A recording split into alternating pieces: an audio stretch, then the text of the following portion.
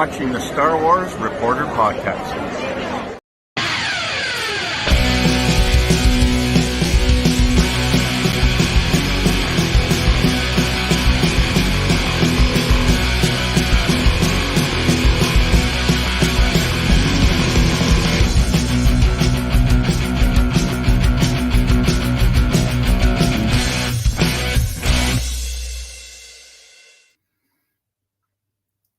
And welcome to the Star Wars Reporter Podcast, the official podcast of the StarWarsReporter.com. I'm one of your hosts, Wookie Steve, as you can read it right here. And together, I'm joined by my other lovely hosts and Todd for episode 108. I wish there was more. That joke would be less creepy. Yeah. But 108 of, and we're going to be talking about, of course, Ahsoka. We've been trying to do that for a couple of weeks now. So we're just going to do episodes 1, 2, 3 today. But before we begin, let's introduce everyone else. Hello. Including Kylo Jen. Hi. Surviving the storm. Yes, I'm fine. It's going. We're really happy about that. Yeah. And of course, Trooper Todd. Hello. And his backup beside him. My protection. Protection. He can't hit anything. I know he can't hit anything, but it's the fear and intimidation of the suit. That's true. That's true. So before we get started, again, like I said, we're the official podcast of StarWarsReporter.com. Make sure you visit the site. It's right there. Older pictures. And of course, you can follow us on all the cool things like YouTube, Instagram, and apparently, if you're really old, Facebook. Nothing's cooler than Facebook, Steve. That's what my mom says. Exactly. And of course, make sure you like and subscribe. Tell all your friends, because if you don't, it makes Todd cry. Makes me cry. I cry lots. It's really... You and me both, man. So there is a lot to get to. We have 3 episodes, and I will share this. I came back from Fan Expo in Toronto over the weekend, and there was, again, I'm going to talk about it another time, but there was a massive Ahsoka display through Walt Disney Canada, and it was a lot of fun. Let me check it out.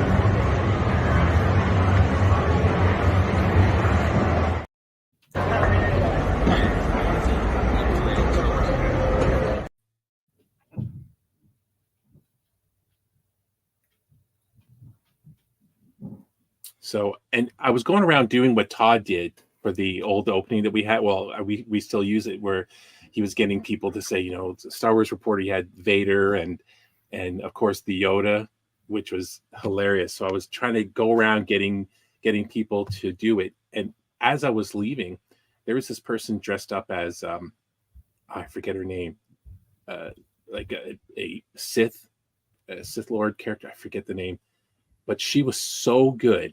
Yes. This is Star Wars Reporter Podcast. Oh wow! Yes, she is really good. Interesting. And that's so actually relevant to Ahsoka, because she was a Dathomir witch, or she was from Dathomir. Oh, you would know that, Todd, if you watch Clone Wars. Sorry, yeah, Todd. Why do you ruin Star Wars? I don't know why I ruined Star Wars and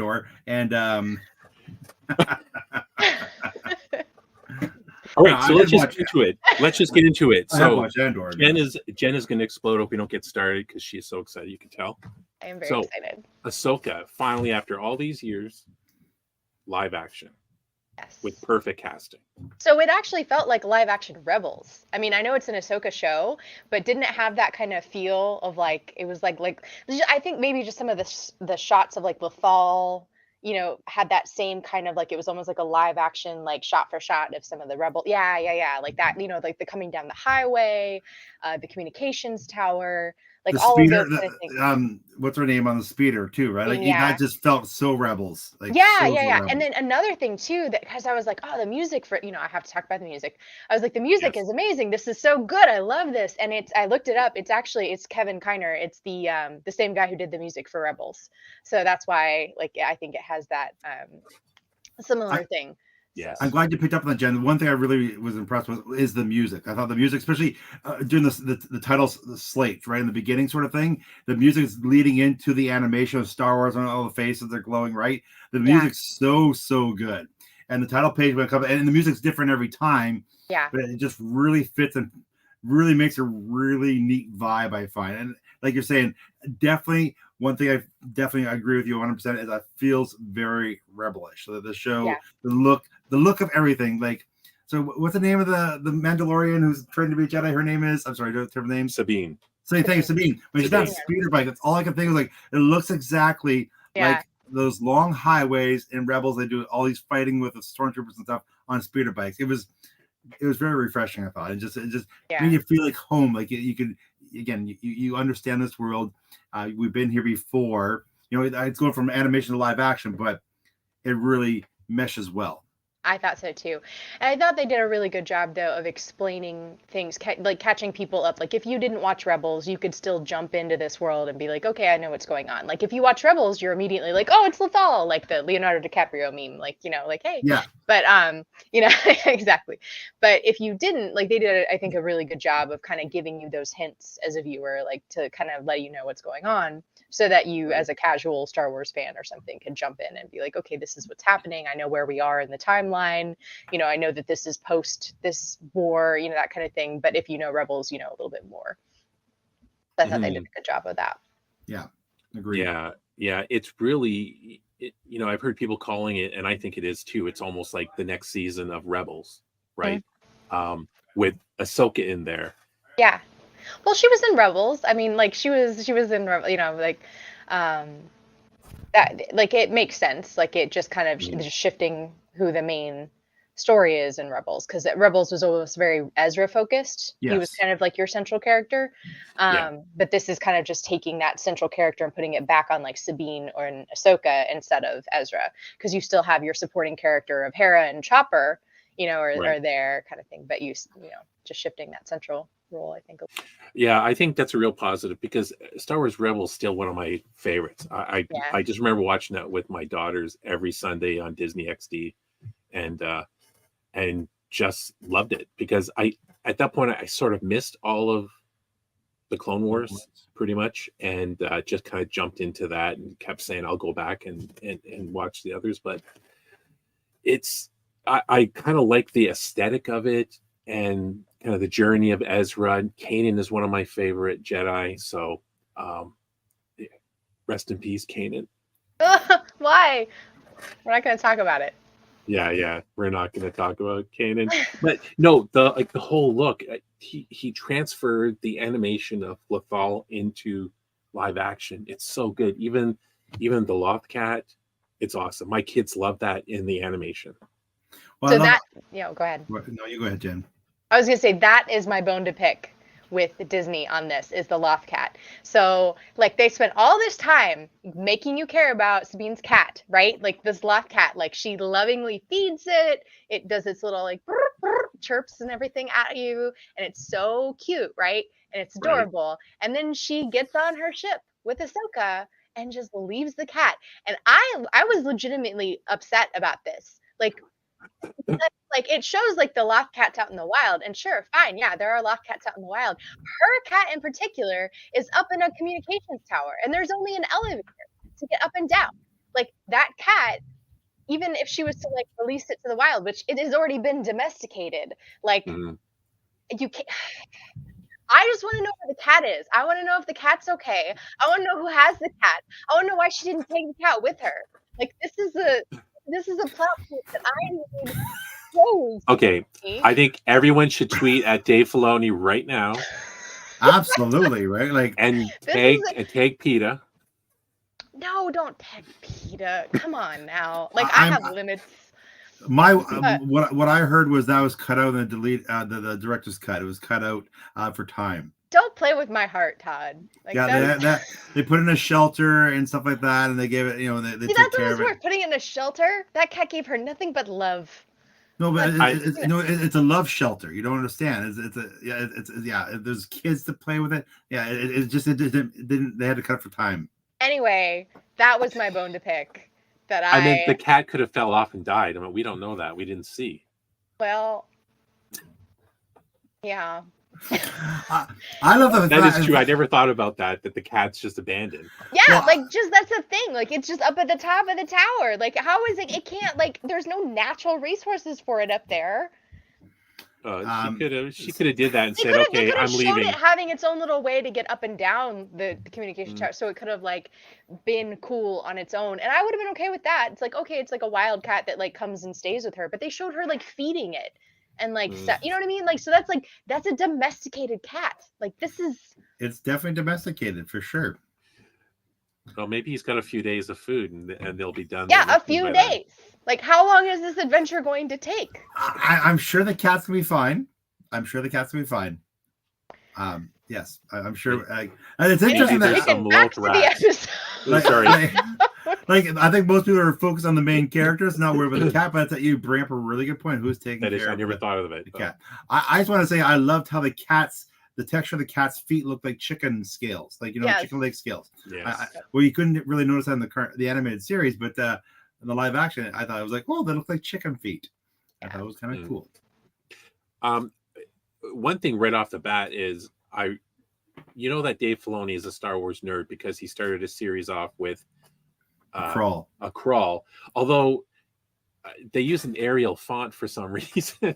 Yeah, all on one side, which was really weird. It was. I'm glad you noticed that too. I was like, somebody messed up the formatting. That's like. That's what I think happened, and they're like, "Well, it's too late now." Yeah. Well, I don't think it's too late. Somebody made that executive decision to go with that for some reason. They didn't want it to look like the other Star Wars crawl, but it was weird. I must admit, it was weird. I liked how it was spaced. I was waiting for something to happen, and then I did the different crawl. I thought it was interesting that because all the text was all. I know why it's all red now because we started off those two Sith people. That's why everything was all red, right? All the text was red, all the graphics were red, Star Wars logo was red, everything was red, which I thought was a good segue into having those two Sith people coming on to that Rebels ship, which I thought was a really good way to start the series. Give a little hint of Darth Vader when he was on the Rebel ship there at the end of Rogue One, sort of thing. I really thought it was a good way to kick off the series. Interesting, two bad guys, and they're pretty bad. I love the look of the guy who passed away. What's his name? I didn't realize he passed away recently. Ray Stevens Balin. Yes, yeah, exactly. Like he looked fantastic. He looks huge. Looks like a Viking Steve. It was short hair. Yeah, his shoulders were huge. His shoulders huge, and the chest plate was massive.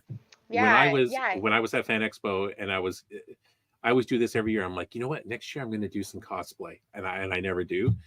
I either want to do a Mandalorian. I know Jen will talk about that later. You told me before, but Ray Stevens' character, this Balin, I would love to do because I don't have to shave my beard. I could gray it up. He looks so awesome. We're the same size, like we're the same height. Yeah. And apes are cool. He looks so good. He does. But do you know what's really cool about him? He was my favorite Punisher. Yeah, I forgot he was a Punisher. Yeah, and it's too bad. It's an unfortunate movie because he looks so good, but it was the villain was so campy and terrible. I felt so bad for him. But you're right. He did have his Darth Vader in the hallway moment, right? Yeah. Well, you got prepared for it. Nice. Such a good part. And someone pointed this out in a video I was watching. Shinto, was that her name? Something like that. Did they say it out loud, or he might say it at one point? I didn't pick up on it. Someone's like she has a really unique look, but someone was saying she barely blinks in every scene. Yes, I noticed that too. True. In the dogfight scene, that was the thing I noticed the most. She doesn't blink the whole dogfight scene. Like when she's like and her eyes are so big. Blinking happens at all. Yeah. I'm wondering if that's the actor or if that's a Filoni thing. Like, don't blink. It might be because she's supposed to be a little unhinged. You know what I mean? That's like a good way to kind of convey kind of that manic, like, kind of that's I think an actor thing. Like the what was that Wednesday Addams show? Yeah, that came out. That was like one of the things that actress did is she doesn't blink on camera for like all of her scenes and things like that because that was like in order to like for her character. And I think that's just a way to kind of up the creepy factor. That's weird. Yeah, I'm pretty sure. And I'm pretty sure Brad Pitt in 12 Monkeys, he was a crazy character in 12 Monkeys. I don't think he blinked at all either. His eyes are always big. And I think it's a really good, I'm pretty sure it's a director's choice, or she's pitched it to the director, but definitely gave her an unsettling type feeling sort of thing. For being something small and petite, she just had an element of don't mess with me kind of feel to her. Unhingedness. Yeah. Unhinged. Absolutely. Yeah, she had like that kind of, I don't want to say like wild animal, but it's like kept and like that you didn't know what was going to happen. You know, like that dog or that cat. Speaking of loth cat, like you're not sure it's staring at you. Should I pet that cat? Should I not? And it might bite you, might not. She just it's kind of weird. Yeah. But I kind of get mixed messages from her. Actually, I get mixed messages from both of them, where I know they say they're not Jedi and they're kind of like Jedi mercenaries, like for hire. But it seems like their whole focus isn't like Sith, like we're going to go and kill all those people on the prison ship. No, not right away. They were more than willing just to walk on and get her and walk off. And when he's giving her orders, she seems kind of like hesitant. Like she also, it's not her first thing where she just doesn't want to kill someone. Like when she fights Sabine later on, we're jumping ahead. She seems more playing around, like toying with her instead of trying to just outright cut her in half, because she seems way more skilled. So it's maybe more like Jedis that just use their passion and rage, and her for hire, not Jedi or not Sith that follow like the religious order of the Sith kind of thing, that type of thing. So maybe more of just that kind of like Jedis that don't follow the Jedi code, Jedis that tap into their darkness and use it for money kind of thing. Right. Well, I think her saber is orange, or they're like not red, they're orange. They're orange. Yeah. Mm-hmm. Well, I didn't notice them being orange at all when I was watching it. Oh, gee, that definitely looks orange in that picture, though. No, they're both. I noticed hers was orange for sure. I wasn't 100% on his. But I think there's a thing with like the kyber crystals where it's like they're natural if they're like the blues, purples, greens, whatever, but like they're synthetic if they're the reds or the oranges or something like that. Or that might be old. That might be pre. They changed the lore recently. I think it was in a comic or something to say that basically the Jedi uses the power and bleeds it so that it's either blue or green or like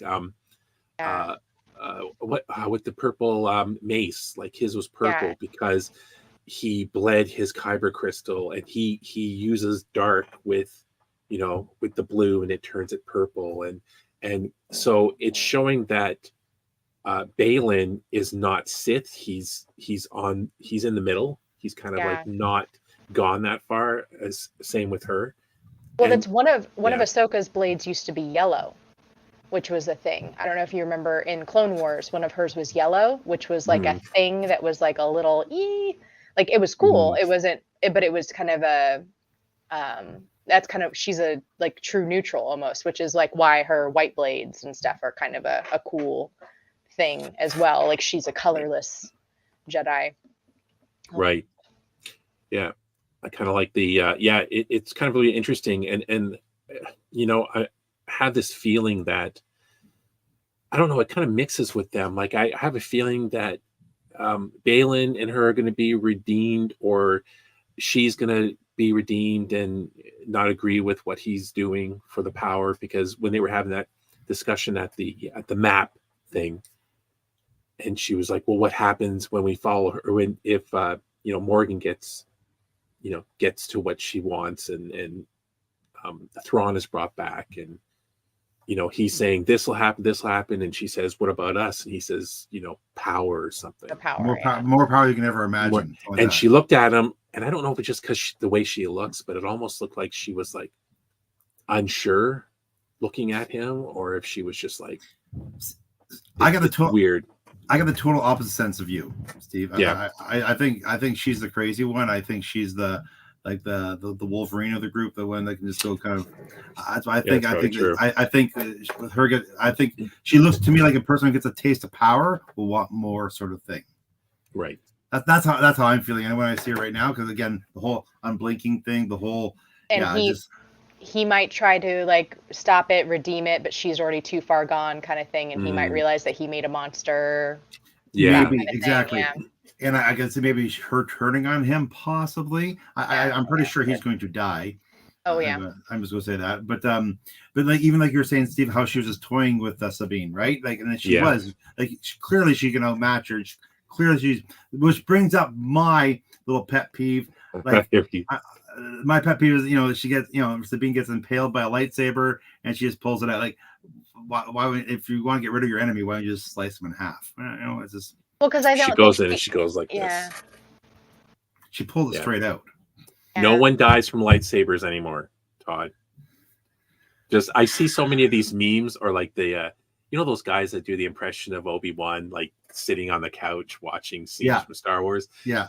And it's the fake Obi-Wan watching it with fake Qui-Gon, and he's like, "Oh, that's not good. Oh, that poor girl, then she lives." And he's like, "What?" And Qui-Gon's a Force ghost too, right? And watching. Yes. I just think it's funny. That opening scene, I'm pointing. Episode 1. I love that they in episode 1. I love that they opened in space. You know what I mean? Like all Star Wars movies are supposed to. Feels very traditional. Yeah, exactly. It's the way it should be.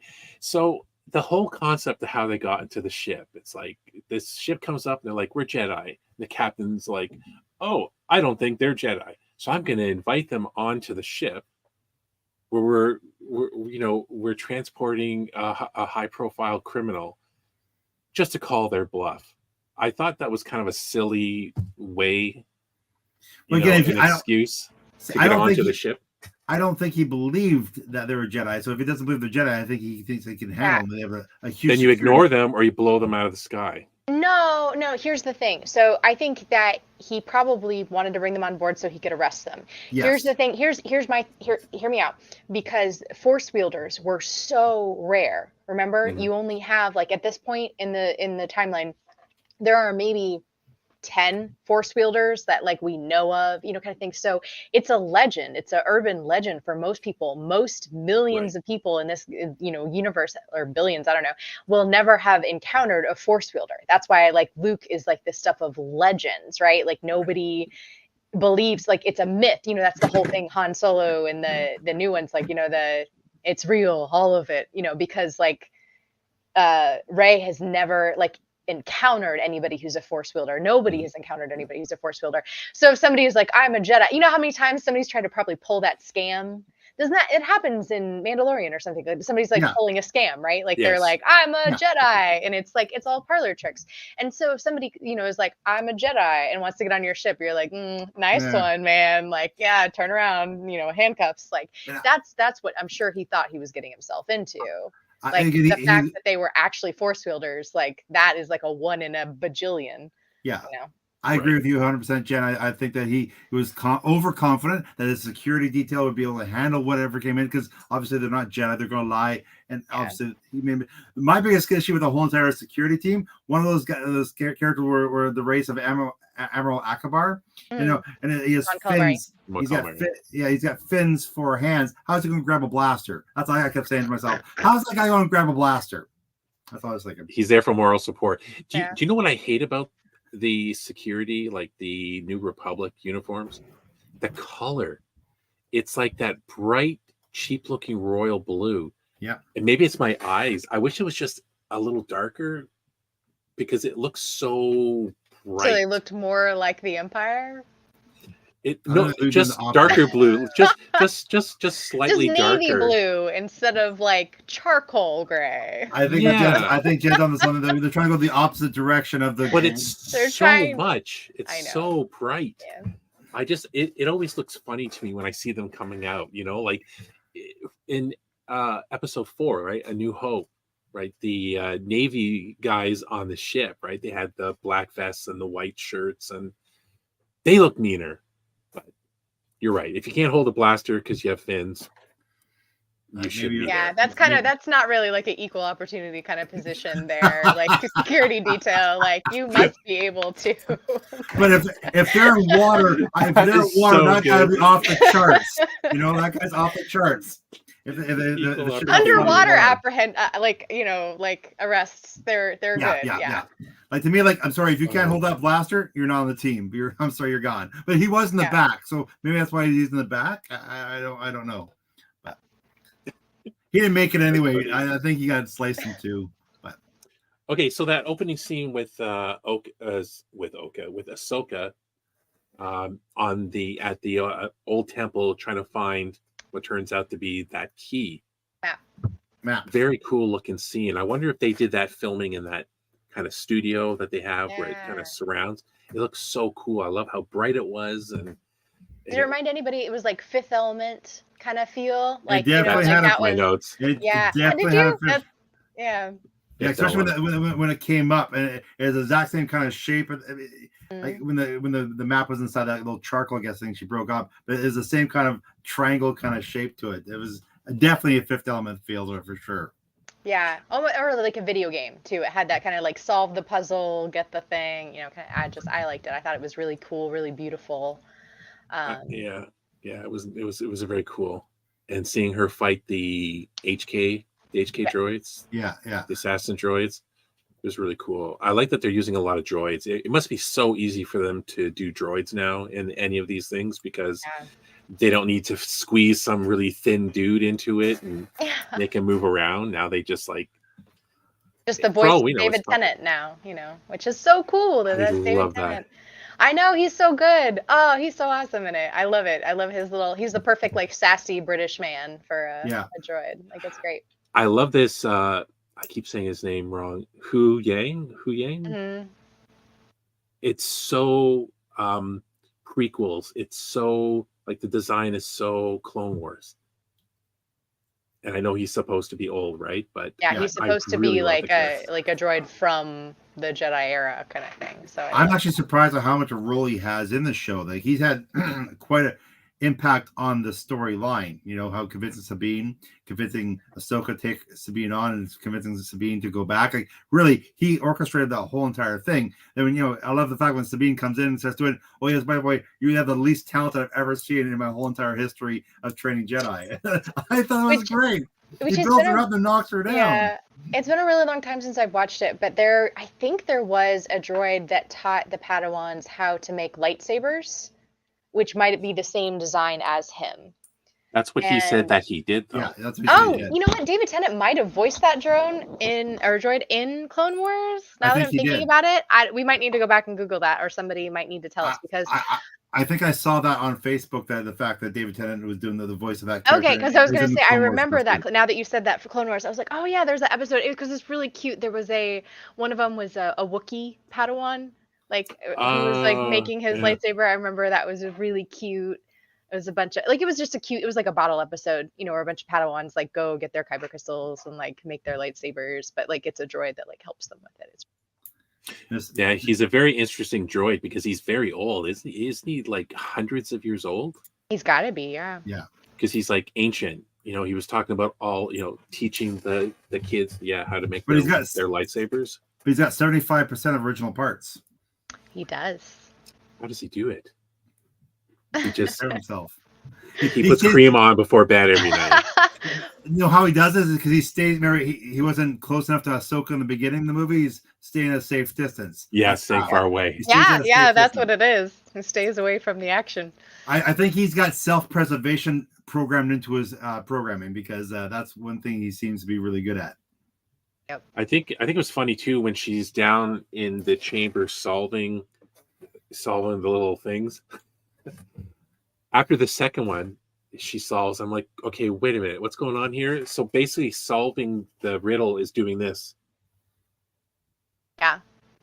Well, it was changing the angle. It was changing the angle to point the light. I just thought it would be more she would use it would require her to use the Force or magic, right? Because that's the thing. Because when you find out it's a Dathomir Witch temple, you wouldn't have had to use the Force, but maybe magic would have been the thing, right? But she was just kind of turning. It was click, click, click, click, click. See, and then that was it. There was no messing. I just thought it was kind of funny. we talked about how it had a Fifth Element feel, but I also thought that set scene scenario had a very big Raiders of the Lost Ark feel. Indiana Raiders of the Lost Jones. Ark. That's the other thing I was going to Especially say. Yeah. she grabbed Yeah. the map similar to he's grabbing the head idol in the beginning of the whole thing, just kind of solving stuff. I thought it was very, very Indiana Jones too. So I thought that too. Like in the desert, you know, with the like when he's got the jewel The idol, looking at the looking Yeah. at the thing. Well, anyway, yeah, no, I liked it. I thought that was really cool, and I think she does a great job with the role too. Like her Oh. movements and everything now are great. Watching her fight. even when she's not fighting, when she's looking at somebody disapprovingly, like how she folds her arms up. You know what I'm Yeah, saying? Like, that's just very that little much walk, the like, Ahsoka she does that stance. all the time. Like she's aside. She doesn't say anything. Doesn't anything. It's just like the whole mannerism. Like she says so much without saying a word, and that's what's one thing where we talk a lot about the Mandalorian, how they say a lot without seeing, the face. I think body language has a lot to do with your performance, and like she's really says a lot with just how she moves and conducts herself, whether it's combat or just having a conversation with somebody. The look on her face, she's really nailing it. I think so too. Yeah. I even noticed that how she's even folding her arms or holding it. I've seen people put pictures of the animation beside, and she's really done her homework, right? So she stands or everything she's doing, probably getting help from Filoni, but she's really mimicking the cartoon perfectly. It's perfect casting. So talking about mimicking the cartoon casting and stuff like that, what do you guys think about Hera? How do you like seeing like a live action Hera? What's your thoughts on her? I thought she was fine. Yeah, you guys know that actress is actually married to Obi-Wan, Ethan McGregor, eh? No, I didn't. That's Obi-Wan's wife. That's his wife. Oh, that's cool. I just posted something on Instagram, and it was someone had made this picture, and it shows Ewan McGregor in the corner as Obi-Wan, then his wife beside him as Hera, then his daughter in the one corner. Remember, she was like the street urchin or whatever. Yeah. Obi-Wan, and then of course his uncle is Wedge. Yeah, Antilles. Yeah. So. Oh my gosh, very Star Wars family. It's like family. All I could think of is Vin Diesel. He's the Vin Diesel of Star Wars. Sorry, it's just kind of neat how they obviously she had audition for it, and she's a very accomplished actor herself. So like the fact that, like, although I don't know her name, but I know she was in Scott. No. Her name she was in Scott Pilgrim. That's where I first recognized her from. And that's who she is. Yeah, she played Ramona. Yep. That was a fun movie. Movie. Yeah, no, I thought she did great. I thought she's kind of has that fun, confident vibe. I thought she was great. I liked seeing the chopper too. That was fun. I love seeing her scene in the shipyard in the shipyard where she went, like, the guys, oh, you can't see this classified. Well, luckily I have the ranking to like her. She had the whole situation was so good.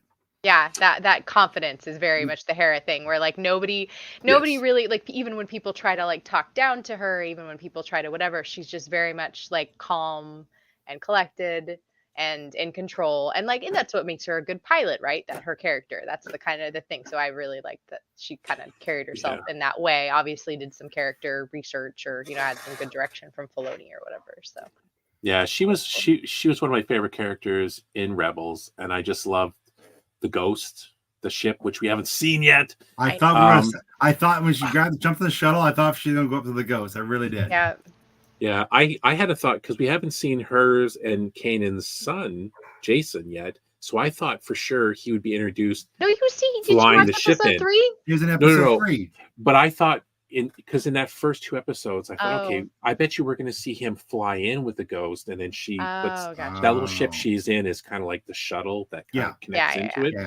So I thought that's how he was going to be introduced. He would fly in and like, hey, I'm here, because where is he, right? And we ended up getting to see him, which was really cool. I think he's got a way better hairstyle than from the cartoon. Oh yeah, it's a little better. Yeah. So that was very, very cool to see. Yeah, I thought she portrayed her, like, Hera was always kind of like well, I mean, she was the leader, her and Kanan, but she was kind of like, she was like the leader, the mother of the whole crew. Yeah, she was the one that gave him that kind of in charge, but not rudely in charge, just kind of that calm, confident, direction. Right. I remember watching Freddie Prinze Jr. He was doing a live stream playing video games, and That sounds right. he told a story about I'm forgetting her name, the actress that does the voice in the animation. Vanessa something. Yeah, Vanessa.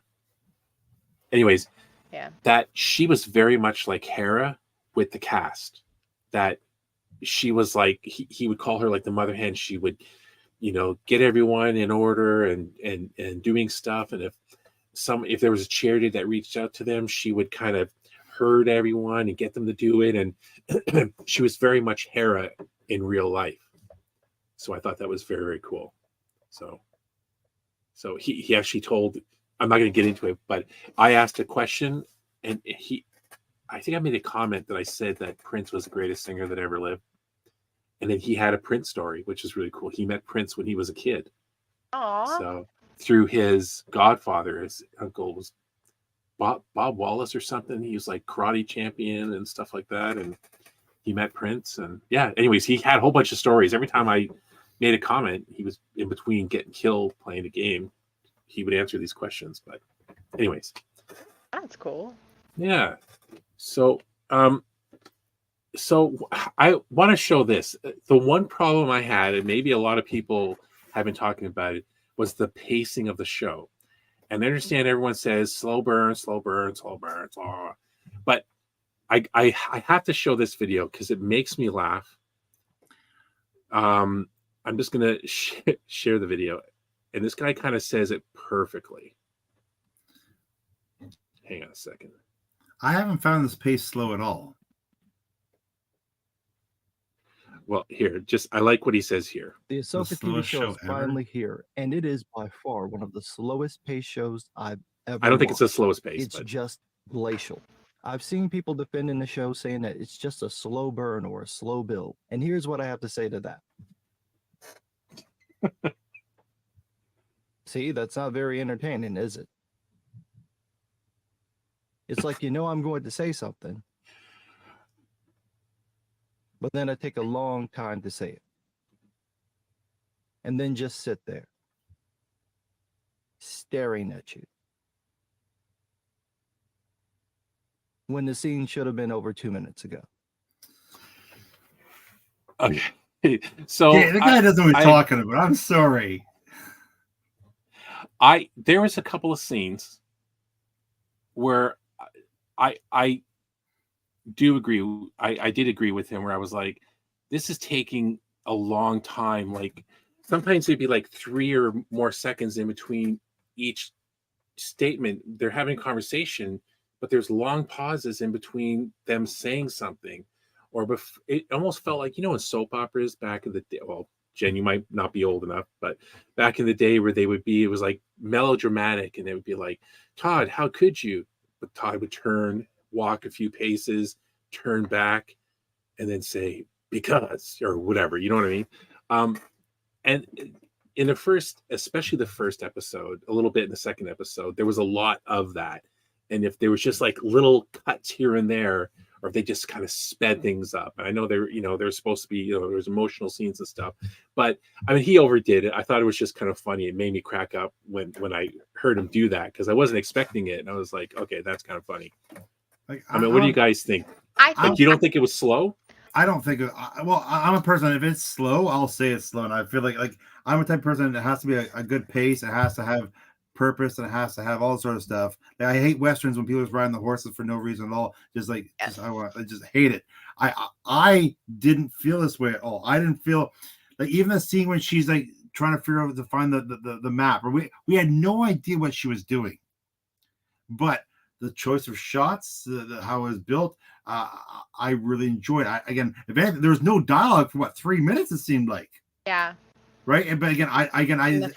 There wasn't. Yeah. I didn't know what she was looking for. I was trying to figure out. I had no idea what these pictures on the walls were. I didn't know if it was like the Rebel show. Remember when the walls came to life with the art sort of thing, when the wolves were helping them as we're figuring out to go into the wall. Like I didn't know it was like that, but again, I was just watching, soaking it up. I didn't. There's nothing I really found slow about it. Like compared to Andor, the pace is like a million times faster. Jen's right. I think you threw me with the Andor thing.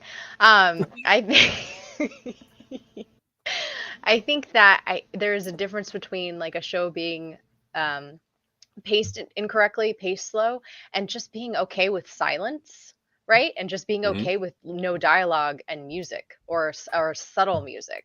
And that's the thing, as I think that I didn't think that it was paced badly either. I think that she's a stoic. I think that there are scenes that where there is no dialogue and it's just subtle music and you're watching because you're figuring it out with her, and that's fine. I don't mind that. I don't mind that as a viewer, but I think some people do struggle with that. I think some people, those are like the people who play video games and they need the like tips and tutorials the whole way through kind of thing. I think that's kind of the, like you have all kinds, right? You have people who need their hand held through the whole thing. So there are people who probably would have preferred that scene for her to be talking to somebody on a comm the entire thing, describing what she's doing because they didn't know, because they're uncomfortable with the silence, I think. But I think it takes all kinds.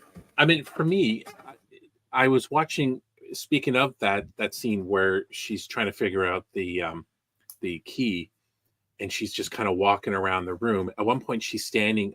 I forget what it is. I was just watching. I know what she's doing, and she's standing there. And at one point, I thought my Disney Plus froze because sometimes, like, so many people are watching, and it just kind of stags. And I was waiting for that little thing to spin, so I go, give me a break with this. And it was like, no, she just froze for so long, not doing anything that I thought my Disney Plus froze. So, I mean, I don't need action all the time, but it just seemed like, okay, like, get on with it. Like there were some things, and when you have three people in the room and everyone's stoic, it becomes like, okay, like, and I don't care that there's a mystery of what happened between her and Sabine. I really don't care. Obviously, Padawan and Master had problems and they didn't work out and they went their separate ways. I don't care about that. I think people are complaining about that. I don't know. We'll hear about it in episode 6, I guess. Yeah, it'll be revealed. Like it. Sure, it is. Some people aren't happy unless they're complaining about something. You know what I'm saying? Like it's just like that's the world nowadays. Like you just can't take it for face value. You just can't take it for what it is. I have to complain about something. You know what I'm saying? It's just I think the guy doesn't know what he's talking about. I think he's ludicrous. I think he's insane. Like really, like I'm a person that likes fast pace. I like a good, strong, something has to happen. There's many Oscar films where I just think are just awful because nothing happens. Mm-hmm. I didn't feel this way at all. Right. Okay. Except I can't compare it to Andor because I haven't watched it yet. Andor. Yeah, I mean they were saying that about Andor too, right? They were like, "Oh, it's a slow burn, it's a slow burn." But at least they had Jedis in this one, or lightsabers and stuff like that. So that's crazy. So I'll watch it eventually. The only scene that I kind of was like, in the entire 3 episodes, and I just wrote cringe, was when they introduced Sabine in that episode. She's flying down the highway on the bike, and there was that punk music playing, and I'm like, oh. I just thought it was a little kind of like, yes, okay, we get it. She's the bad girl, and they're playing. Apparently, that's a real song, by the way. It's just not released. It's just not released yet. I love the song. I was trying to find the song because I thought it was fun. Yeah, I thought it was. Again, that's the part of those. It was cringe. It was so cringe. First of all, she doesn't go to a ceremony that was honoring the dead people that died. I understand she's like, because she doesn't want to be treated as a hero. But then the other side of it, it's like, they were dedicating, I think, this monument, for the fallen, especially Ezra and stuff. And she's flying down the highway, and they're playing punk. I just thought it was kind of a little, you know what I mean? Like, she was just I missing a think cigarette and she chewing gum. bolted. No, I don't think it was that. I don't think she was like bad. I think she just bolted from an emotional situation. I Absolutely, don't. she's running. No, I I think that understand she that. just doesn't have the. Yeah, I don't Mhm. think that it was that she was like. But I think the kind of little punk music thing, and it kind of made me. It's kind of like in the '80s when every cool guy had his collar up, and sorry, Jen, this That what the before cool you guys did had in his the 80s. collar and I don't know. the same glasses, and he was always smoking. It was like, oh, I'm so cool, and you had to let him know that and stuff. It's just like, okay, So you're saying that it's just weird. You're saying Dave Filoni made a bad choice. Are you saying that he made a bad choice? So Yeah. I think it would have been more You don't- difficult you to watch can't her love sit everything. there in the ceremony. I don't know. I think she would have No. like her character would not have been comfortable there. Like it would have been too much. I don't care So that she I- skipped it and Yeah. she, was emotional about it. It's the punk music in Okay, it that just kind of made me go, it's kind of cringy. see, for me, I thought it. To me, that's where it really set the tone of what looks like gave a Rebels feel. Was that highway, the speeder bike, the way it looked? Oh yeah, I that's thought all it was fine. the music, I thought was a great choice of music to really set the tone I'm with and you, yeah. talk about the fact that she's rebelling against this whole establishment things, like Right. she's going her own direction. Because what music are you going to use to convey that image? Well, punk music is the best way to convey that And rebellion type thing. And that's her whole thing, right? She's like Exactly. the graffiti artist. That's like her whole Anarchy. like that's her right. whole like character. Which, It by gave the me way, the like feel. how- Sorry, it gave me the feel of the modders from Boba Fett. The same cool. Oh, come on. No. Not that bad, but way. the same cool. They just didn't have a theme song. Okay, this is great. We finally have disagreements in this episode, these podcasts. We always agree on stuff. I didn't feel I'm that way at agreeing all. with That's you, the Todd. only thing. That's the only thing I had a problem with, where I just thought, and it wasn't a problem. It was just a cringe moment for me. Other than that, I thought it I was love so the good. highway. I love everything about it. I love seeing Clancy Brown. I want as that the song. mayor. When they release the song, I want that song. I Yeah, should have that's a cool one. saved it. Someone put it in the comments of something, and it's a weird group name, and people said, yeah, but you can't download it anywhere. But maybe Yeah. it's up to Disney to release it. I guess like they own it or something. So, Well, but look for it. It's possible it's not a released song yet. They came across it. Right. Yeah. But it should be. Unless Disney paid them to make it for the show, Which Right. happens sometimes. Disney wouldn't own it. Like they're like that. That's. Well, Disney would own it, but why don't they just? Yeah, they could release it. Like, well, especially if people liked it. Yeah. Someone will find it. Yeah, Okay. I was thinking about how many hairdressers like saw the show and like looked at Sabine and were like, "Oh no!" like With the long hair, or the short hair. the long hair with Oh, the yeah. red to blue. Like, oh my gosh, that's brutal. Like, I wonder how I'm many slightly girls are gonna be like, colorblind, I so- want that. I mean, it looks super Oh. cool and I love it, but that would be so damaging and so terrible and so difficult to do. And I imagine many hairdressers looked at that and tried to convince their clients that no, it's a wig or something. But It possibly was a wig too. You know, Was it a wig? oh, definitely was. Yeah, there's no Right. way that they did that to Yeah. that actress's hair. But Yeah. it's a really cool look and I love it. I love the whole aesthetic. But yeah, don't girls at home, don't do that to your hair. I love the way that whole entire scene looked. Like, talking about sometimes things are hit and miss. Like, it was gorgeous. It was wonderfully shot. The motion was great. It just looks so believable and real. And just you want to set the pace off right away and set a tone where you're buying into it. It just felt really, really good. Just looked fantastic. I mean, Lothal. My favorite planet was Tatooine. I loved the whole sand. Endor was cool for the Ewoks, but I always loved watching the animation. Lothal was just so cool looking, right? And man, did he ever turn it? Like, he transferred it to live action perfectly. Definitely. The highway, I forgot about the highway until I saw her flying down. And actually, they've shown it a lot, which was whenever they were on the planet, it was always a thing because Ezra was always running away too, right? Yeah. Right. And it's always empty. There's never anybody on the highway. Whenever Yeah. they're like coming or No, going, it's never anybody on it. But That's a good point. Very true. Never thought of that. I love the fact they brought the actor back. What's his name? Clancy. It was Clancy Brown. Clancy Yeah. Brown. Yeah, like Yeah. they brought back the voice actor. Kurgan from Yeah. Highlander. Well, the Oh thing is, yeah, he was in Highlander. yes, yeah. He's Oh been my many things, gosh. but yeah, He's a bad Highlander- guy. That's a movie. Yeah. And so it's kind of neat that actually the fact they made this animated character look like he does, like a big burly guy, because he's a big burly guy. I just love seeing him do his little cameo and reprise the role in live action. Kind of cool. He's got a that. great That's voice cool too. when that happens. Oh. Yeah. He's got a fantastic voice. So Morgan Elspeth. Really interesting about her. Her father is Dan Inosanto, Guru Dan Inosanto, who is Bruce Lee's best friend. Oh. And was in a lot of his movies being beaten up by Bruce Lee. He actually taught Bruce Lee the nunchucks. Really? For Game of Death, was it? So he learned that, and then you see him doing the nunchucks. He had just learned from Dan. Well, he did. Game of Death was his last movie. Enter the Dragon. Enter the Dragon. He had nunchucks in too. Was it Enter the Dragon? Okay, so that was the first one. Okay, yeah. So he had just learned.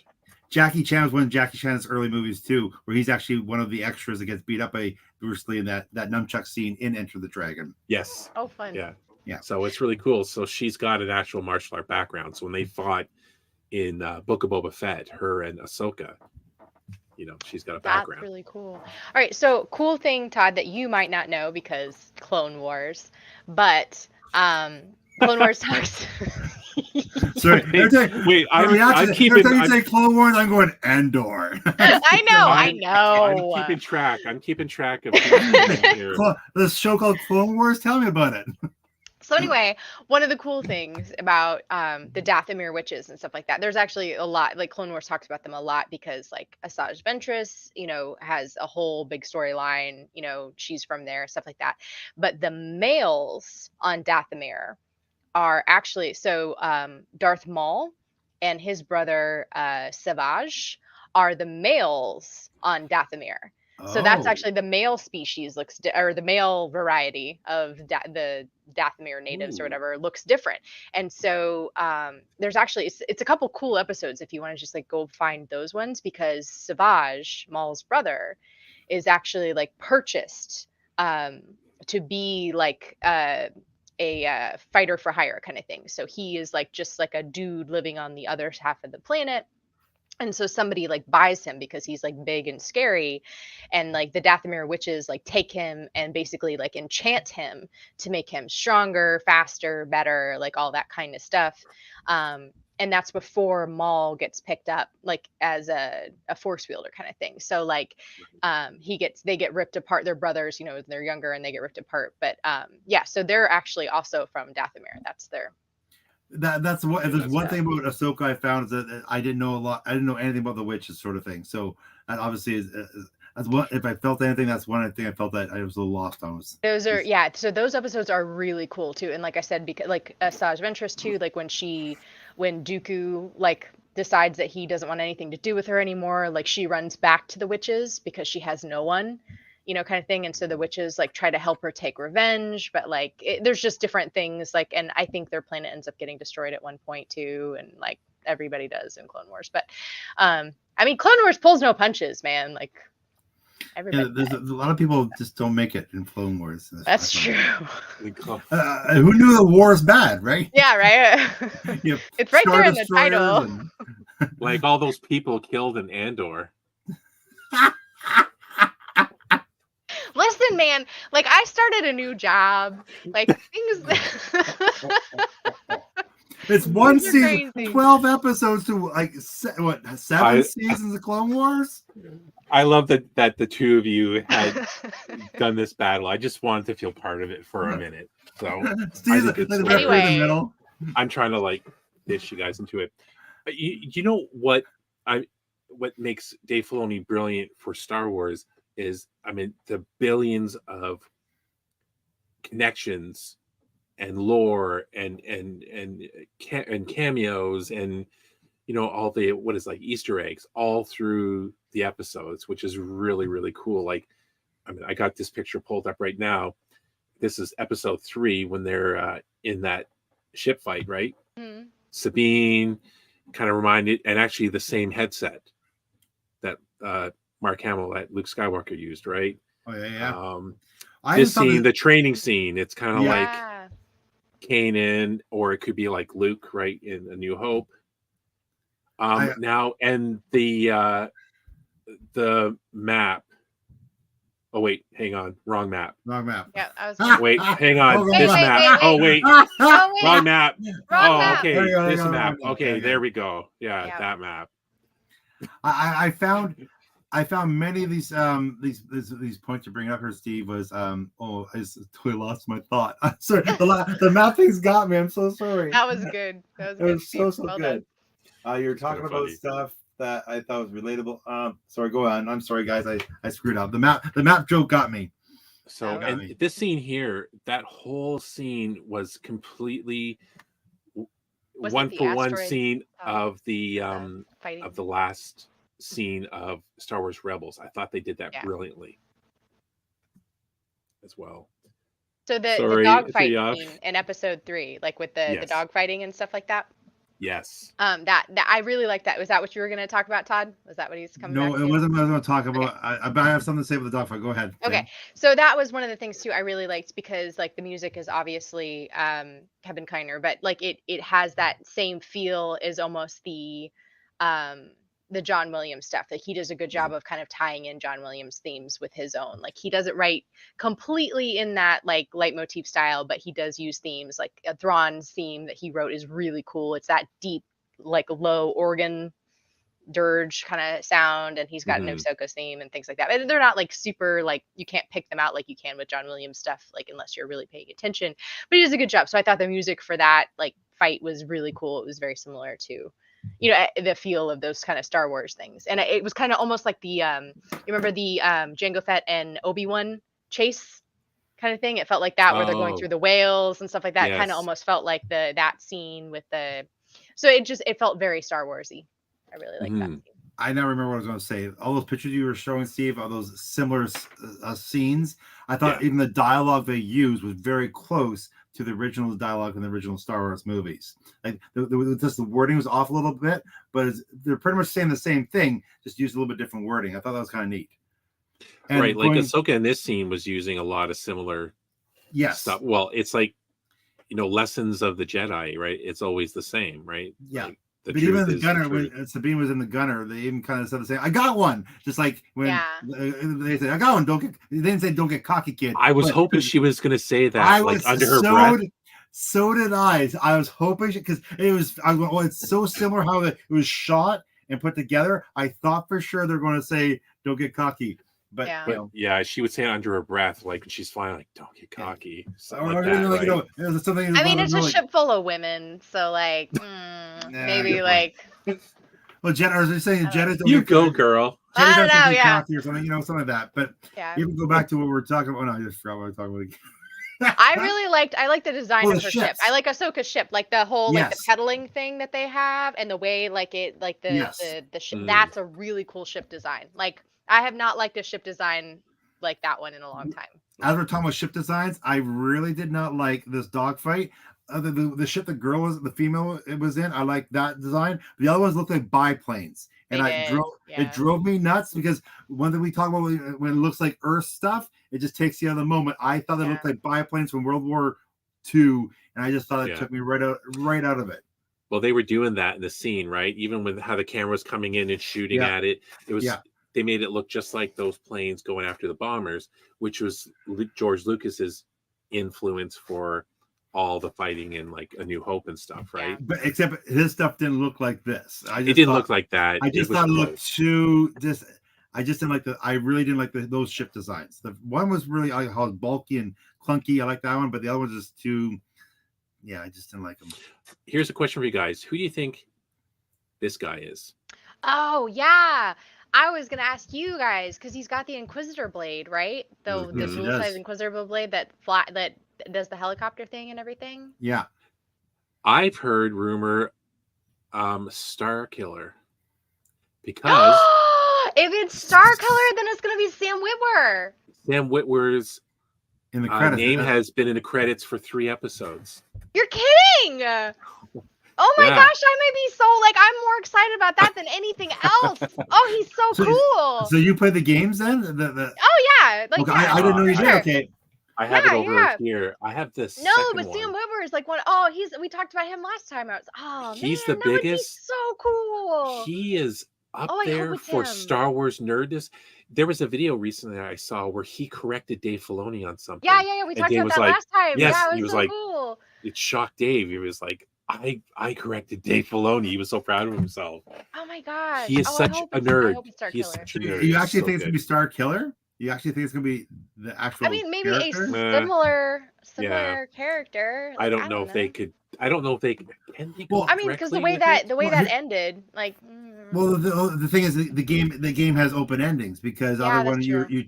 you turn into the villain or you stay the hero, right? You go So dark true. side, light You side. go So the endings were apprentice, different right? for both, Yeah. Okay. I'm trying to. right? So yeah. I always play the good side first, then I'll go back and play the bad side. And it's always hard to do the bad stuff. It's hard to do Nah. the bad side. I have a hard. I can't do it. No, not my daughter. When we play those games, my daughter's like slice, chop, and she annihilates everybody. amazing. Same with mine. I don't know how they like doing Knights of the Old Republic. I played through all good, and I tried to play bad and go get that meter to go up all Yeah. the way. Oh, It yeah. is so hard. It's It is so hard. This one scene where To make those decisions. you're on Coruscant and there's this alien being abused by these teenage kids because it's all the racism on Coruscant, right? And he's like, oh, help. It's like an Ithorian. He's like, help. And you're supposed to go over and chase the kids away. And you're like, nah, I'm not going to help you. And then it keeps going on, please. And you have like 2 or 3 times to either that would be hard. change your mind. And at the end, you're like, too bad. And the kids are beating him. He's like, no. I'm like, oh, I can't do this anymore. This is stupid. Oh, that's terrible. Ugh. I'm still thinking about it. So I can't. I got about halfway evil and I was done. I think. Yeah, I don't think I could do that either. I think I only ever It's did dumb. I think I just watched the videos for other people's bad Yeah. endings. I don't think I It is So- hard. It's hard. I find Yeah. to be the Okay. bad guy. So here's the other thing I just want to. Episode 3. Oh yeah, that scene was a little funny.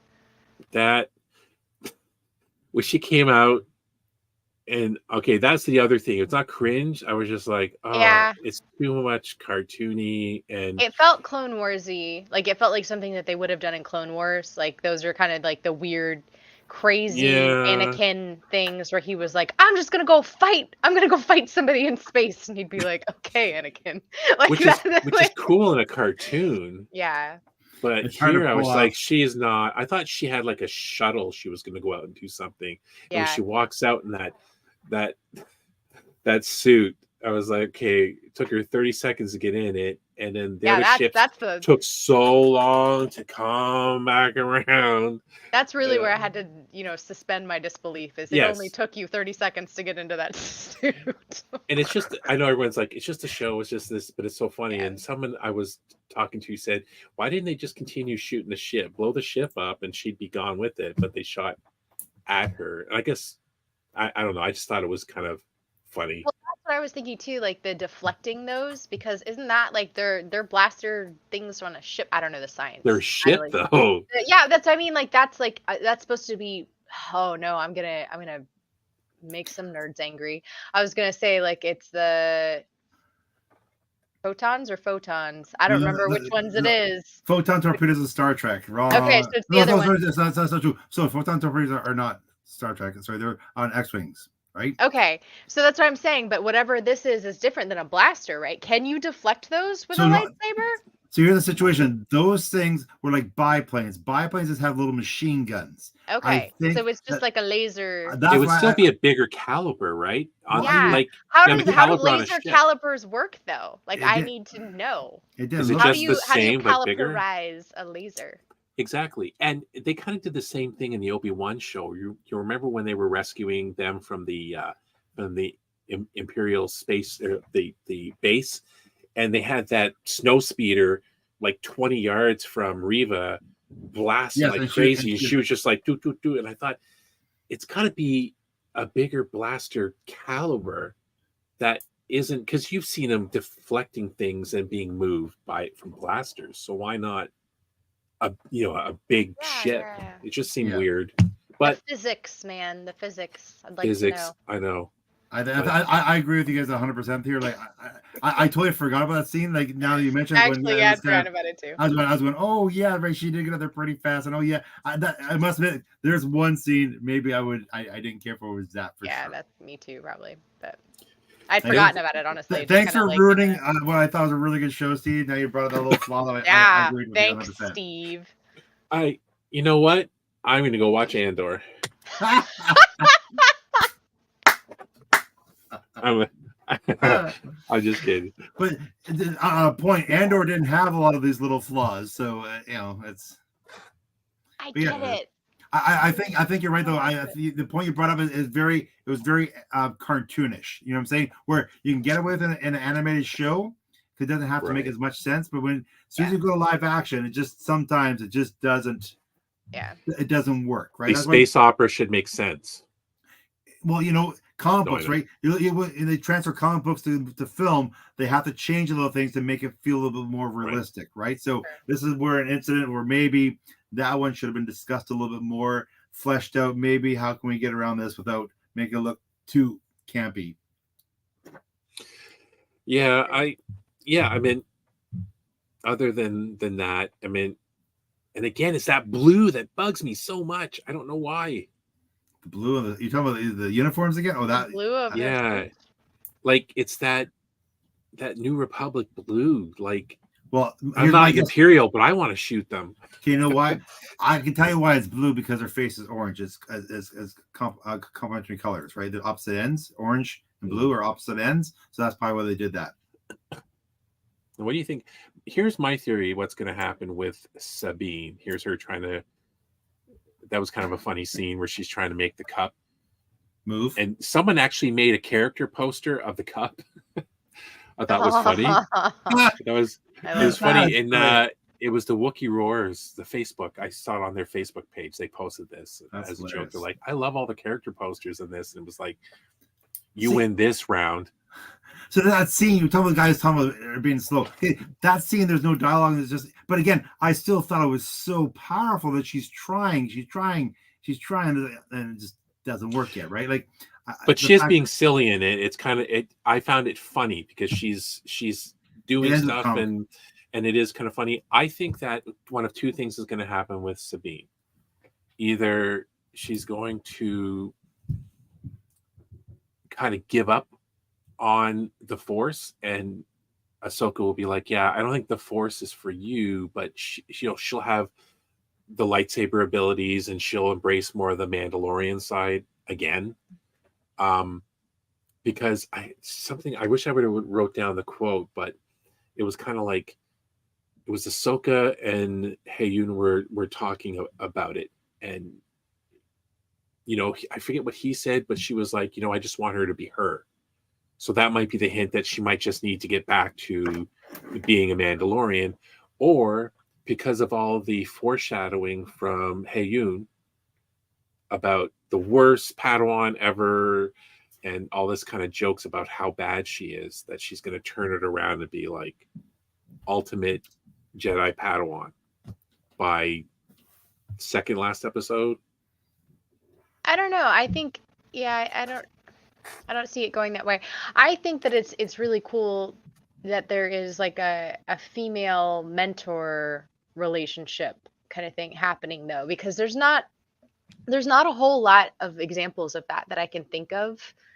Definitely, I don't think in the Star Wars universe of like a older and a younger female mentorship dynamic. It's just not something you see very often. I mean, there's I can think of some male examples and things like that, but it's just kind of it's not something that gets seen often. So even if she doesn't develop that Force ability, just having an older mentor that takes an interest in your life and your well-being and your future, is something that's important, I think, and it's something that I'd like to see done well, I guess. I don't know. So I guess I don't really care if she becomes a Force wielder, if she becomes just the best version of herself that she can be. Right. And I think that's mentorship. Yeah, exactly. And that's what I meant with the first, because that's what I think where the droid was like, oh, I don't know if she's going to be good at this, right? Because he's just all over her on this. He's a droid. I guess he's just being honest with what he thinks. Whereas in Ahsoka's, I don't think she cares as much. She just wanted to be her. And I think that she's going to be a mentor and friend to her regardless. And,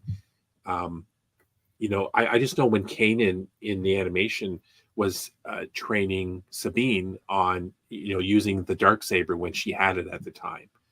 And I think he was just teaching her how to use the darksaber because, it is a lightsaber. But he wasn't teaching her force stuff. Right. So he was just teaching her, the combats of it all. So, it could just be that she could just, or might she be force sensitive and have a little bit in her, but yeah, either way, she's going to be a mentor to her in some way, because I think that Sabine needs a little direction, just like she was in the animation. Yeah, it could also be like his name is escaping me, but John Boyega's character in the new ones, where he was like, right. Not Jedi, but just that little bit of force sensitive kind of thing that just made him have a little bit better reflexes, be a little more intuitive with his friends, a little bit more understanding of the world around him. And that's kind of maybe the lesson that she's trying to learn, of just that the force is in all of us. So like, if you tap into this, like, it's just more of maybe just emotional awareness, that emotional IQ, like raising that up a bit, kind of thing of how that just everybody could stand to be a little bit better, with that. So maybe that's kind of more of the maybe not having the abilities, maybe not being able to pull a coffee cup across the table, but being able to like sense danger, sense friendship, sense those kind of things. So maybe that's the lesson that she's going to learn from all of this. Definitely. With this scene here, when they were doing the training, I liked it for the reason on how Ahsoka was training her. I thought was cool, and like the actor was really cool doing it, but kind of the lesson in it, and then how Sabine was acting.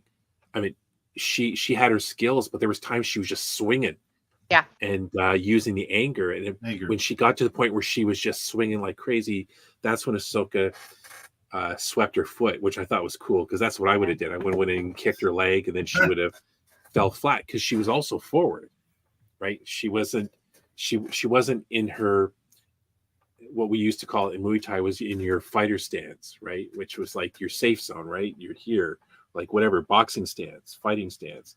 She was getting frustrated and angry. Yeah. She was lashing out. Yeah. Once she was forward, if you watch it, she was forward and she wasn't off, and then Ahsoka just came up and kicked her foot out. It was very simple, and she went flat on her face. I thought that was funny, because like I said, when I was doing martial arts, I got my ass kicked by my teacher many times for being a moron, and it's awesome. And that was a very good lesson. I wish I had the shot of her on the floor about, and I think Ahsoka is, I like the fact that Ahsoka's story too is, she seems impatient about it all. Like she's not so, I think it's because she might have had such high hopes for Sabine, or she's still kind of like jilted by the Jedi, right? So I think she wants a teacher, but she doesn't want a teacher, right? Because I don't think because she made a comment when they were talking at the table where it made it seem like we can have force skills and follow the light side without being Jedi, kind of a deal. Yeah. Like there seems to be still that bitterness after all these years, and probably rightfully so, against what the Jedi did and didn't do. And she also talked about that. I thought in one of the episodes she talked about how they failed too, right? Like, yes, you follow the way and they still failed, sort of thing. So. They did. Jan could talk about this for a long time. They did fail. I love to talk about this. They did fail. Like the fact that she realizes, she knows this. It's a fact. She's experienced that fact. Wait, is that my theory confirmed? Did Filoni just confirm my? I would say you were right before Filoni confirmed it, but I would say for sure, like, so you know more than Filoni. Let's not get carried away. You heard it here. We're going to tell him. He's watching right now. Yeah, he is. Him and George Lucas right now. Yeah, no, I think that they were even failing into the original trilogy, in my opinion, because Ben Kenobi and Yoda were like, Luke, you got to kill Vader. You got to kill Vader. You got to kill Vader. It's the only Without way. telling But he him. was like, Yeah. yeah. Then when he finds out, he's like, I can't kill my father. And they're like, well, that's it then. Because they were and acting they weren't like, gonna tell him. They weren't gonna. They were just like, yeah, yeah, we just need this guy to do the thing. Like, yeah, they weren't. that's Yeah. horrible, right? It was like It's pretty bitter, bad, yes. failed older generals. Yep. Which except for Yoda, it was General Kenobi, right? Which was so cool. When you pointed that out, I was like, yeah, why are they General anything? Why are they wearing armor? Why are they leading clone troopers? Shouldn't they be talking everyone down from this? Like, it's so funny. It's so funny to watch it now. And then you see that, and you're like, wow, they were being really crappy to Luke. They Jen lied to ruined him. Star Wars. It's true. It's true. Very impressive from someone who hasn't watched Andor. Okay, I'm not doing this anymore. That's Todd's thing. Hey, I'm only gonna let Todd do that. I backed off. I thought I was making Jen sad, and I didn't want to do that. I felt like I was picking on I'll her. watch it. I'll watch it. So, but anyways, so I mean, I'm really enjoying the show. And I think that, you know, there's some criticism that there's so much lore and that outsiders might not get it. I don't think outsiders or casual people really care, like normies, if you want to call them that, really care, because I think there's enough action or drama in there. There's spaceships, there's shooting, there's lightsabers. I mean, here's a situation. Has it all. Here's a situation. If you're not into Star Wars already, this isn't going to pull you in. You know what I'm saying? Like, you know what I'm saying? Andor is a show to pull somebody in who wasn't a Star Wars fan. Because what? It's fine. Keep talking. Okay, he said Andor. Sorry. No, keep I'm sorry. It's fine. Todd, no, you're fine. You're fine. Keep making your point. It's good. Because it didn't have any of the other lore. It didn't have lightsabers. Didn't have Jedi. Didn't have anything. It was just a spy kind of thriller type thing, right? So it could relate to anybody if it's happening in space, right? You know what I'm saying? Yeah. It didn't have to have a Star Wars feel to it. You know what I'm saying? Where everything else has lightsabers. You know, so it's so Star Warsy. You know what I'm saying? So if you haven't bought into Star Wars already, by now, after all the films and all the other TV shows, you're not going to buy into Ahsoka. You know what I'm saying? You're just not going to. Mm-hmm. I don't think you will anyway. Like, you're not going to get anybody new to come to Ahsoka if you don't know the character. Like, again, because I'm not so deep into Clone Wars, Ahsoka was one of my least favorite characters from the first 2 seasons of Clone Wars. I hated the character. Until she started having these learning things, and she was going, okay, now she's developing into a character that's not so annoying, right? So, you know, so again, no, if you want to experience the first 2 seasons of Clone Wars, you probably might not be looking forward to Ahsoka series. I just don't think you're going to grab new people with Ahsoka. That's all I'm trying to say. If they think they are, I think they're climbing up the wrong tree. I think, you know, so they might as well appease the people who are paying for them. For sure. Buying into it, right? Like, make the fans of Star Wars happy, because they're the ones that are paying for it. You know what I'm saying? Like, who cares if people aren't paying for it? Who cares? I think they're doing that for the fans, right? When you're seeing all the Easter eggs and you're pointing stuff out, or the lore that's being said, or the continuation of Rebels. But I think there's enough there for a normie or a casual who's just flipping through Disney Plus and saying, it looks like there's some pew pew, I'll check it out. I think there's enough there to kind of pull some people in. I mean, whether, you know, they're a Star Wars fan or stay a Star Wars fan.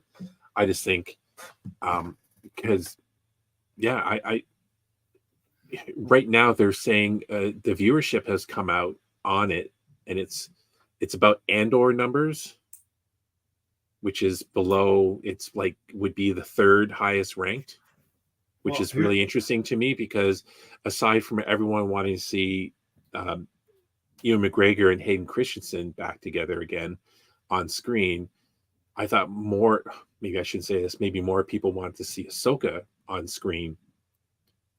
It didn't seem to be that way. It's weird. Is it because it's the summer? It's a tough release time. Like, and August, like, no big movies are coming out the last week of August. Right.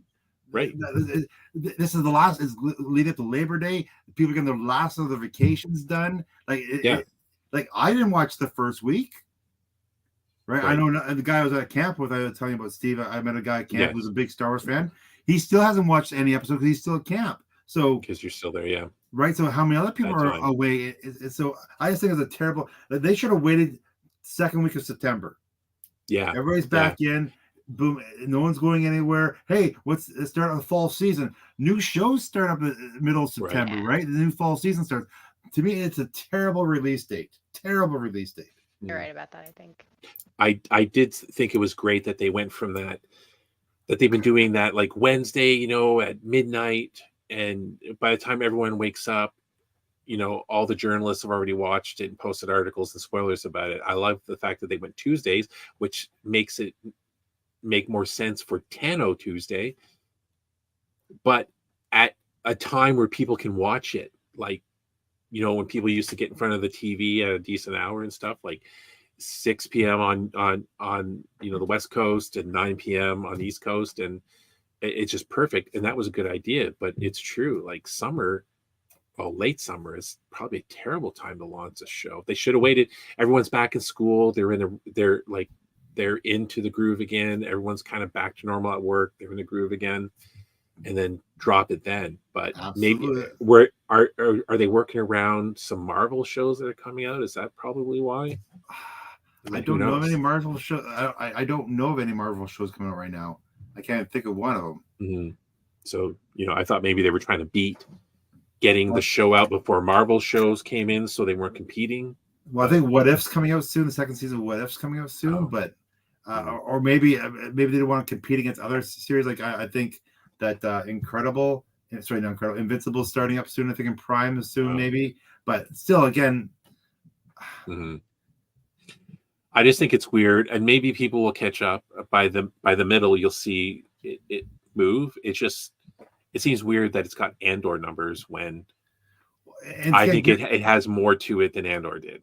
And it's getting great reviews. It's getting great reviews too. Like, and Andor got exceptional reviews, and it didn't change the fact. So it's just weird. Where like I don't understand what's going on then because this is way better than Andor, like way better than Andor. And Andor was fine. Like Andor was good. It's just that this has more Star Warsy things in it. Is it better than Andor? Are you trying to start a fight with Todd? Like I feel like you're trying to start a fight. No, I'm trying to figure out why the ratings or the viewership would be the same when I thought it would be like way more than Obi-Wan. Well, way more than Obi-Wan. Again, I think it's release day. I would like to see. Let's wait till the middle of September, see what the numbers look like then. I just think it's a terrible time to release. Right. I don't think anybody's watching. Like, there's the diehard fans will watch, but everybody else, they're just too busy doing stuff. That's just my thinking. And I think Andor is probably the best Disney Plus series they've ever released. Yeah. It's different and good. It was kind of like the way that Rogue One was different and good. Yes. But the story, pound for pound, character, I just thought it was really good. But that's just me. Team Cyril. I hope he. Anyway, sorry. Jen's lost. Jen hasn't said it. So. Oh, I would love to go to Jen's and pick on Cyril and Blondie, whatever her name is. Oh, he keeps. I forget her name now. Yeah. So have we missed anything, or do we have any predictions of what's going on? Yeah, we talked a lot. I have no idea. Yeah, I honestly don't really have any idea either. Like what we're doing. What's the obviously Throng ship's going to be the thing's going to be the light speed ring, right? They're building. Yeah. Right. Throng must have an incredible ship that's going to fit that little massive light speed ring. I'm excited about that. Obviously, we got to see Throng somehow, some way, don't we? Like soon, I hope. Soon. Need to see him soon. Yeah, he was an interesting character, and it's too bad that the sequels didn't kind of borrow from all that was done and maybe have incorporated him as a villain and not like the First Order. You know what I mean? Where they kind of tried to make their own stormtroopers and stuff like that. And like I know when they bought it, they're like, "Oh, we're getting rid of the EU. We're getting rid of all that, and we're starting from fresh." And then they dipped in a little bit here and there. But I watching what Filoni's doing now, if someone was listening to him back then and not, people that didn't know any better, maybe we could have had Thrawn as the villain with, the remnants of the Empire, blah blah blah. Anyways, Yeah. Well, So, George Lucas' idea of being Darth Maul would have been exciting too. So that would have been really That would've been good. Super cool. like Man. bringing him back, like an icon guy who didn't have his time in the spotlight one movie. You know what I'm saying? That it would have been That great. poor guy. I want to go watch that now. The first one. I can't believe I'm a prequels guy now. I love it so much. You have no idea what it's done for my heart that like now you like the prequels. Like I watch it all the time, I love especially that the so third much. one. Yeah, the second one, Padme Yeah. and Anakin get a little annoying, but other than that, it's Yeah. all awesome. It's all awesome, and it just I young love Ewan it McGregor. with my whole heart. I'm not a Yes. Phantom Menace fan. I'm sorry. Phantom. I like the Phantom Menace. It's Qui-Gon is like he's the best. He's awesome. no, I know there's just too. It's just overdone. There's just George was trying to do too much stuff that got distracting for me. But again, I do like the whole. My favorite thing about the prequels is the manipulation of Darth Sidious. Like that was just the whole thing. He played everybody like a violin. I just love that. Which Master that actually manipulator. gave me an idea for an article the other day. Like I was like, I need to write this down. I had a whole like thing about Darth Sidious like playing both sides, like the Separatists and the Republic. I had a whole thing and I was like, I need to write this down, and then I didn't. So somebody remind me to do that. He's again. got to be like the smartest guy in the universe, or used to be. Used to be. So, final verdict. Do you want to do I- like scale out of 10 on, say, like the 3 Oh, I'm not good episodes at so these. far? I'm gonna give. I for enjoyment factors is the fact I watched. Me being dead tired, I had 3 nights in a row. I was up. Yeah, that's right. I didn't fall Sorry. asleep. I didn't fall asleep till 2:30 in the morning. And so last night I watched all 3. After 3 nights of 2:30 in the morning, wake up at 7.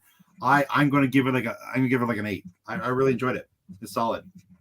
Yeah. Even her on the wing deflecting blasters from biplanes, I will still give it an 8. In spite of the Lothcat being left on the communications tower. I never thought of that. I feel bad now. They should do a cutscene. It's on the railing. Meow. Yeah, Yeah. All man. lonely. That'd be awesome. Yeah, maybe I it's- also would give it like 8.5, 9. Like I really Ooh. like Ahsoka. I mean, just because I love that world. I love seeing live action Lothal and all that kind of stuff. Like so, I mean, it probably could have been completely silent all 3 episodes. I would have been like, hooray! Because like I'm Yeah. terrible. Like, don't ask me to give you numbers. It's Star Wars. I love it. Like that's Ruby, my know. awesome. answer. It's excellent. What are you gonna give it, Steve? Okay, well, I You have a give it equation there? I give it about a 6. I'm just joking. I just wanted to see your faces. I would okay, Did you honestly, see the mom disappointment in my eyes? I was like, Jen- okay. Jen was giving me the finger off screen. We can't see it because her arms are down here. She was giving a double finger. I to thought me. she was saying you're number 1. That's what I thought she was saying. Yeah, number something. I give it a 7.5. Only because I don't need the action, because I thought Andor, I liked all the Andor story, and everyone's like, oh, there's no blasters, there's no lightsabers. That was a big thing. People were like, oh, they need more action, and I loved it. I love spotting stuff, and this is, like I said, Rebels was a huge thing for me and my daughters, and I love Rebels, and this is pretty much Rebels season. Yeah. What? Season 5? Season 5? Like, come on. Yeah. With a little heir to the Empire, but then Thrawn was in Rebels anyway, so Yes. it's the same thing. It's Rebels with So Ahsoka, far, yes. or like Ahsoka with the Rebels. Ahsoka- Except we are Ahsoka's- missing Zeb. We're missing Zeb. Yeah, We I know wanted he's to bring- around because he was in Mando. So I hope he shows up in not a blue uniform, and because he was wearing a blue, wasn't he? He was a pilot, fighter pilot or Yes. something. So But we need Zeb. We need Zeb. We need to find Ezra. That'd be cool. Episode 12. And Kanan too. Do you want Kanan too? Well, as a No, Force Kanan- ghost. Kanan didn't disappear on a ship. Kanan I know he got kind of vaporized. I think it was. Vaporized. Yeah. got blowed up. We don't want to talk about that. No, we're not gonna talk about it. It was I so did good. cry when he died. That was just a record. I did Yeah. cry. It was very emotional when he. It was good. I Brutal, cried man. when he shaved his beard. I thought it We looked talked- good, except he was blind. This is one of my favorite shows. The fact that we picked apart this cat thing, this whole cat sitting being left in the tower thing. I love that. The whole shave the beard thing. Good points we brought up tonight, I think. Excellent work, team. What about the cat? Okay, so we'll have to do a whole episode on loft cats or even animals of the universe. The cute ones, not porgs or anything. Yeah, All right. just like the whales were pretty cute. Yeah, I actually thought, yeah, sorry, I forgot to bring that picture up. That was a cool scene. I was wondering how thought they're so going to be able to do too. it. I like And them. they did it really well because it's really cool in animation, but it's like, how's it going to transfer? And it was really neat. Yes. So they spent some money. Sure. They spent some money. So, all right. Well, thanks to everyone for tuning in. And no one got hurt yet. Jen might yell at us afterwards about, bugging her. But tune in next time. We'll be talking about more Ahsoka. We'll be talking about other stuff and hopefully, getting into a giant fight. Thanks a lot, guys.